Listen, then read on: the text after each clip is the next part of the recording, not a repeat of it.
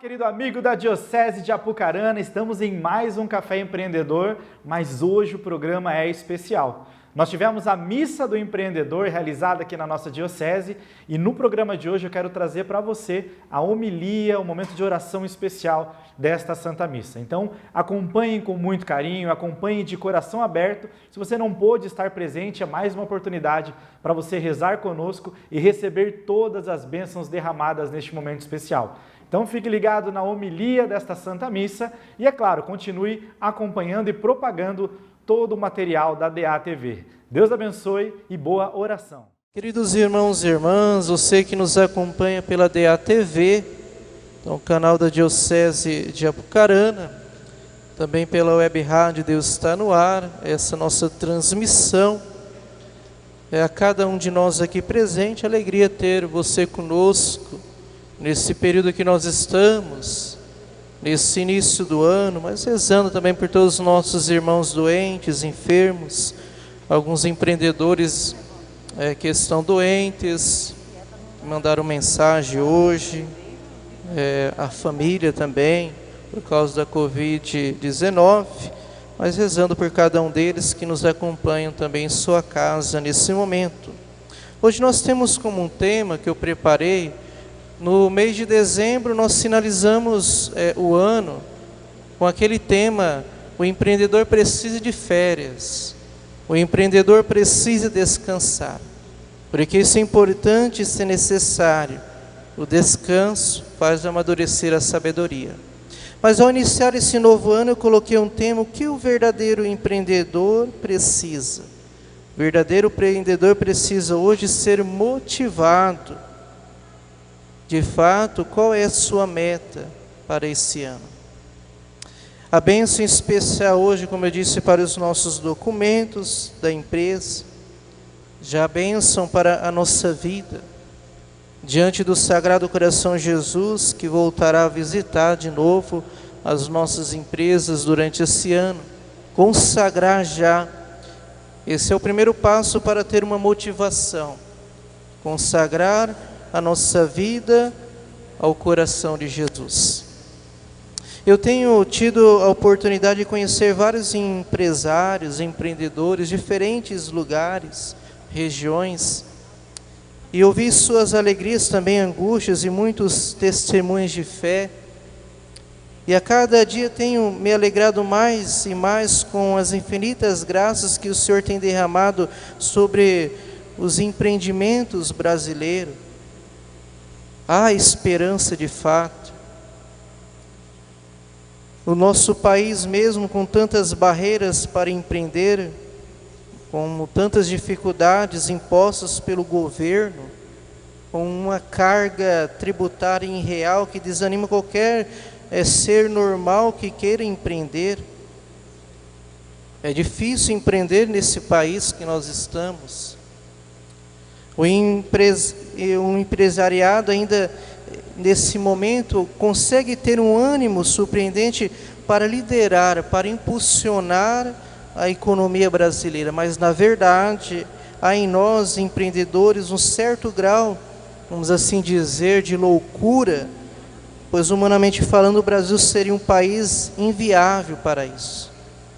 Mas pela fé que nós temos, pela esperança, porque eu coloquei meu projeto diante de Deus, como Salmo 1 vai nos dizer, versículo 1, entregue toda a sua vida ao projeto de Deus, e Ele fará tudo por você. Eu não tenho dúvida que essa força vem do alto, é de lá que vem o nosso socorro, é de lá que vem uma inspiração divina que continua a mover as nossas mentes, mesmo por aqueles que não creem na ação de Deus, mas que pela força dele possa estabelecer de fato algo que eu desejo e quero. Vou dar um testemunho. Uma vez um jovem empresário que relatou seus testemunhos de superação, ao encontrar um verdadeiro sentido na sua vida, ele veio um dia falar comigo, dizendo que a vida dele era só angústia, só desânimo. Ele mudava de emprego constantemente, ele chegou a abrir e fechar empresas em série, pois nunca estava satisfeito com os seus negócios e consigo mesmo. Ele nunca dava certo em lugar nenhum.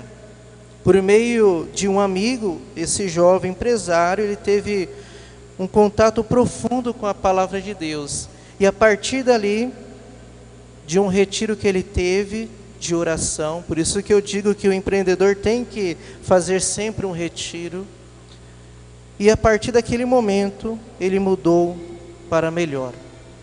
Este empreendedor teve o que nós chamamos de um encontro pessoal com Jesus. Mesmo que nós estamos na igreja, que participamos, às vezes nós não temos esse encontro, porque nós vivemos de uma outra maneira, como uma obrigação.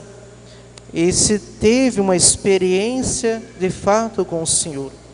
Resumindo, ele teve um toque do Espírito Santo que o fez abrir os olhos, o ouvido e principalmente o coração.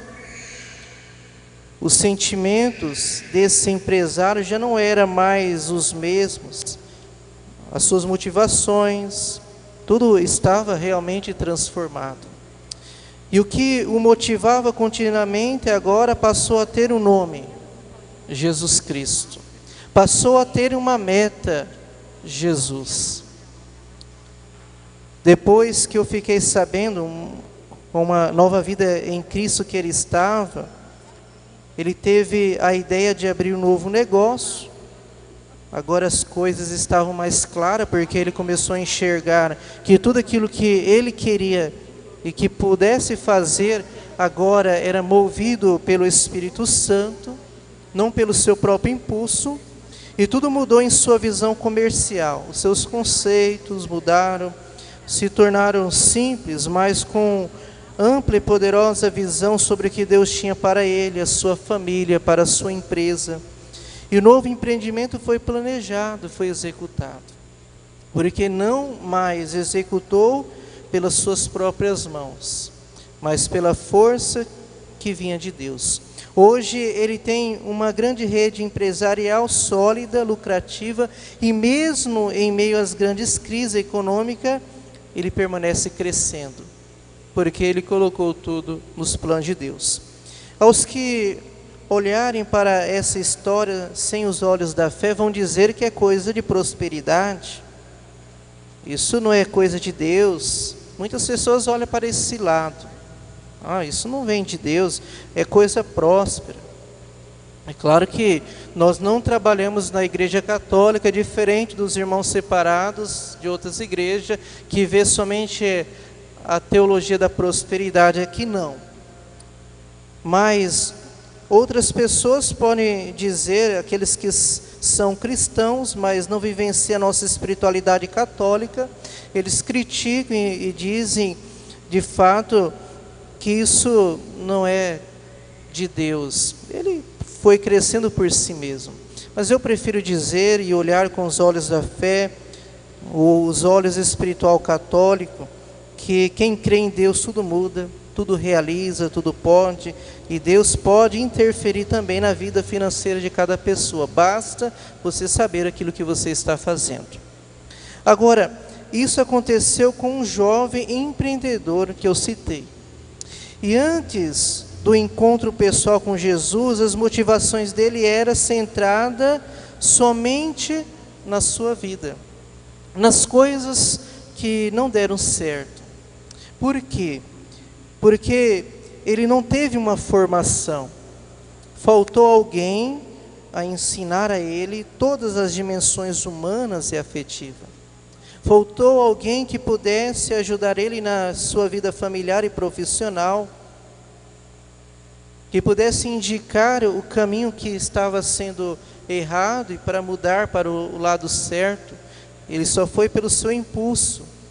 A sua família não foi com ele, por isso que você que é pai e mãe, você que tem empreendimento, a família tem que crescer junta, unida, mesmo que às vezes os filhos não queiram fazer esse trabalho que vocês fazem, mas tem que empenhar de fato uma formação que seja sólida. E nós às vezes precisamos do outro.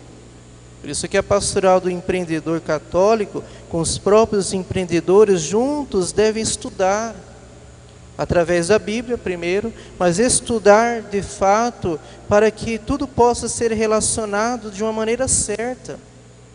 Por isso que quando ele deixou o Espírito Santo agir nele, com o sangue de Cristo, com o sopro do Espírito Santo, em comunhão com Deus, a sua vida começou a mudar. Porque ele não estava só, tinha outros que estavam em sua volta, que ajudou ele a crescer naquilo que ele esperava. Quando eu estou na luz do Espírito Santo, a nossa vida passa a ter outro sentido. Quando você for fazer alguma coisa, a primeira coisa você tem que colocar diante de Deus e rezar. Todos os dias, todas as nossas ações. Quando eu estou sobre a luz do Espírito Santo, pode faltar tudo, mas nele eu tenho tudo. Quantas pessoas que não têm nada materialmente, mas têm uma vida em abundância, cuide ter as coisas materiais, mas que todas elas sejam para honrar e glorificar a Deus. Glorificar. Quando glorificamos, reconhecemos tudo que recebemos diante dele. Até o sofrimento, as dores, eu glorifico a Deus. Porque a partir disso eu começo a reconhecer que eu estou fazendo de errado, eu tenho que mudar. É o Espírito de Deus que dá toda a vida, todas as indicações para que a vida dê fruto de verdade. Por isso eu, como empreendedor, tenho que de fato reconhecer esse equilíbrio em minha vida. A nossa vida tem várias dimensões, humana afetiva, a dimensão comunitária, familiar, a dimensão espiritual, toda tem que ter um equilíbrio, mas a principal é espiritual. Se ela está bem, as outras coisas irão se dar bem. Mas se ela não vai bem, as outras coisas irão se decair. Por isso eu tenho que ter essa paz, esse equilíbrio, somente movido pela oração. E a pergunta que fica: o que verdadeiramente me motiva a ser um empreendedor católico? O empreendedor nesse Brasil. Irmãos, às vezes nós apostamos dentro da nossa empresa, do nosso trabalho, mas ficamos com o pé atrás, ficamos na incerteza, ficamos com medo. E muitas coisas não dão certo porque a nossa fé não funciona. A minha fé ela tem que ser ativa, eu tenho que acreditar em Deus que pode fazer tudo sem que Ele vá na minha casa. Como diz aquela passagem do oficial de justiça: olha, o Senhor pode curar o meu servo, eu não sou digno que entreis em minha casa. E a fé dele estabeleceu de fato. A palavra de Deus nos promete vida e santidade, portanto, ela já é o bastante para tranquilizar o que nós seremos atendidos, todas as reivindicações que nós temos. A nossa fé, ela nos dará muito mais, porque o meu coração está desprendido. Quando eu me abandono nele, sem interesse próprio, sem dar ele, e ele virá em mim para me dar aquilo que eu desejo. Esse é o projeto que nós temos do empreendedorismo católico. É levar essa proposta de espiritualidade para dentro da empresa. Como é difícil inserir uma espiritualidade no mundo empresarial. A pessoa não quer rezar.